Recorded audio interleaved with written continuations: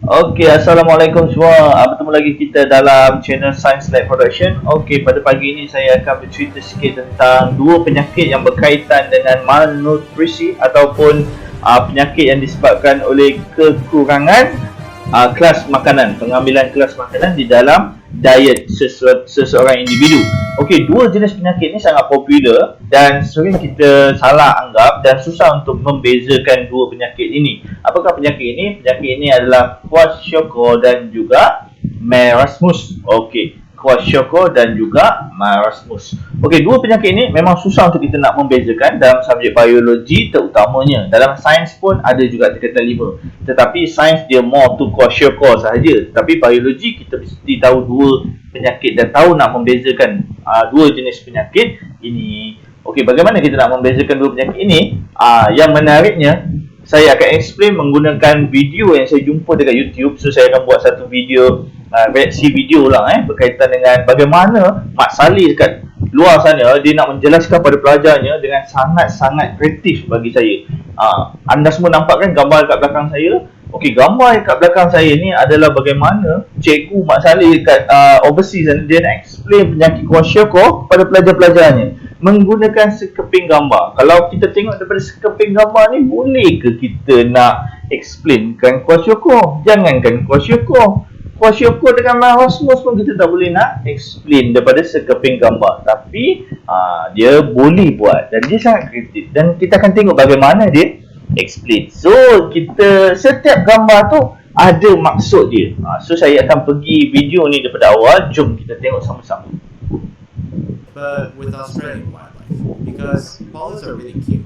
Okey, kita tengok gambar yang pertama. Gambar yang pertama, Mak Saleh ni letak satu binatang iaitu koala, supaya bila pelajar-pelajar dia tengok gambar koala ni, pelajar dia akan ingat ini tentang penyakit Kwashiorkor.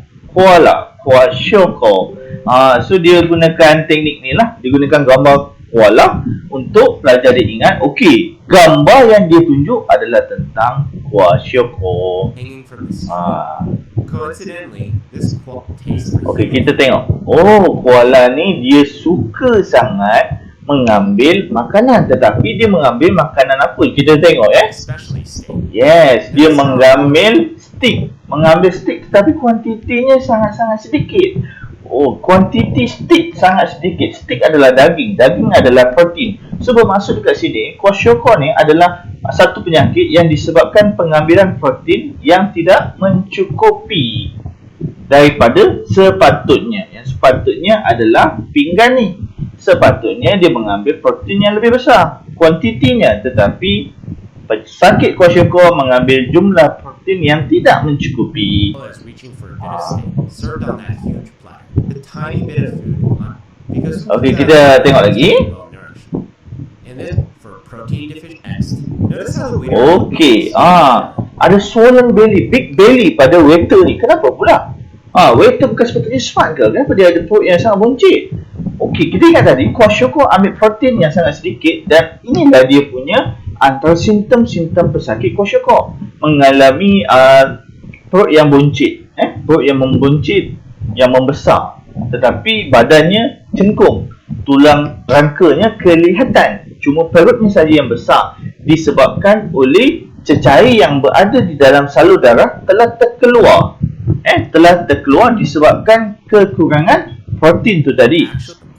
Dia ada explain kat sini. Kwashiorkor deficient Okey, kita tengok cara dia explain. create oncotic pressure that keeps fluid inside the bloodstream. Okey, dengan kehadiran protein tu tadi, sebenarnya ada satu jenis protein yang bernama albumin.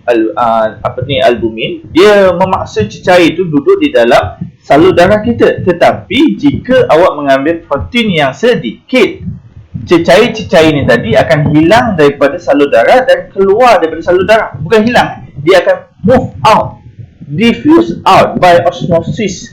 So dia akan keluar daripada salur darah menyebabkan edema. Causes a reduction in albumin. Akhirnya tak ada cecair yang boleh duduk diam dalam salur darah. Semua air akan keluar daripada salur darah pergi ke sel badan kita, pergi ke sel badan dan menyebabkan pembengkakan lebihan cecair ataupun dalam biologi kita panggil sebagai edema.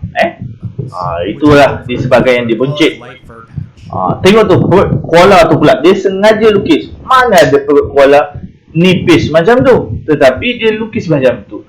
Sebab apa? Sebab dia nak memberitahu penyakit kwashiorkor akan menyebabkan skin lesion ataupun kulit yang mudah terluka. Ini ada kaitan lah dengan jumlah protein yang diambil. Kalau protein diambil sedikit, pembentukan sel-sel tadi adalah lambat. Sel-sel baru nak dibentuk lambat, ataupun sel yang sudah rosak nak dibaiki lambat. Sebab antara fungsi protein adalah membaiki dan menghasilkan sel-sel baru untuk pertumbuhan. This light patch should remind you of skin lesions, which are Okey.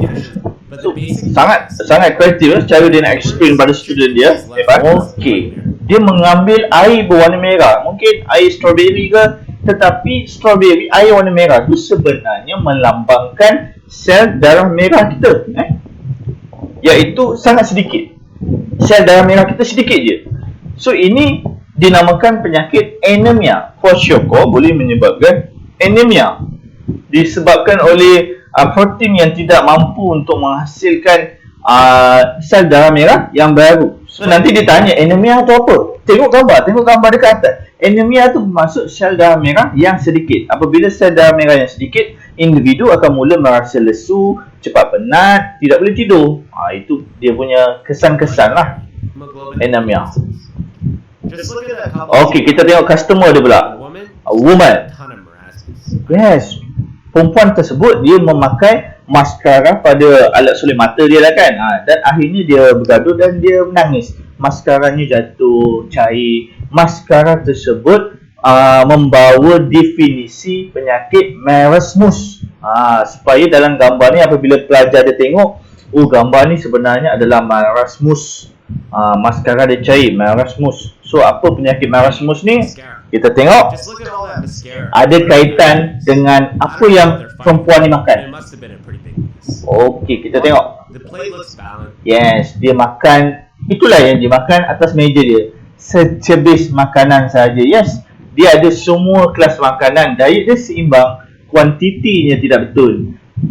Dia ada karbo daripada kentang, mungkin kentang dari situ ada karbo, dan dia ada kacang, mungkin protein, dan ada vitamin, tetapi jumlahnya sangat sedikit dan dia tidak mencukupi untuk menampung nilai kalori individu wanita ini. So disebabkan tu, kalau kita tengok badan dia agak cengkung, badan dia agak cengkung sikit. I mean, how's anyone supposed to feel So well tidak about that? mencukupi lah. Inilah antara ciri-ciri marasmus. For total caloric deficiency. Balance diet tetapi tidak mencukupi. Finally, Itu point let's dia. take a look at our male companion Okey, meal. tengok yang lelaki ni pula. Kenapa? Not a lot left here. Dia ambil daging tetapi kalau kita tengok dia ambil stick kan, macam tulang rangka, tetapi dagingnya kenapa tinggal sikit. Ini menggambarkan bahawa pesakit marasmus ni tadi, yang ini cerita bukan kwashiorkor lagi marasmus ni dia menyebabkan otot pesakit ni menjadi dystrofi ataupun kekurangan jisim otot. Muscle dia makin lama makin sedikit lah. Disebabkan pengambilan yang tidak cukup. Itulah ciri-ciri marasmus.